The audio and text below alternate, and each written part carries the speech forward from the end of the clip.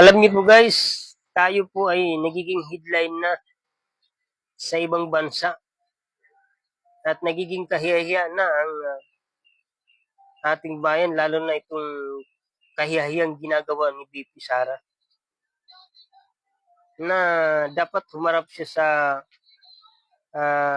House Committee para sagutin yung mga tanong kasi siya lang ang nakakaalam kung paano ginasto yung pera. Hindi siya dito inaapi, hindi ito pamumulitika. Kung ipapaliwanag niya dito, hindi naaabot sa ganito. Ginagawa niya, gumagawa siya ng may panahon siya gumawa ng mga video, mag press con para lang ibahin ang issue. Ngayon, may bago na naman siyang issue na ginawa. Minura niya ang mataas na opisyal, si BBM. Bagay mga kababayan,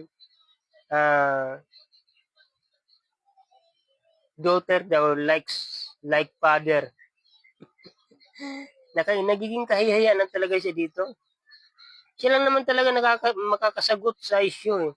Pero palagi niyang nililihis. Yun yung sinasabi ng mga kababayan natin, may panahon siya para bantayan itong si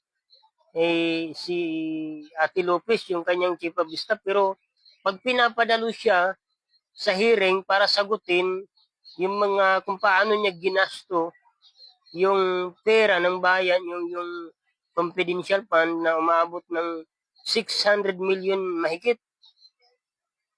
Pero hindi niya magawang pumunta. Pero pagdating sa ganyan, nagbibigay siya ng oras.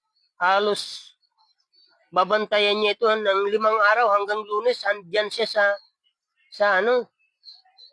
batasan pambansa. Di ba nakakahiya yun? Wala talaga ito mga kababayan.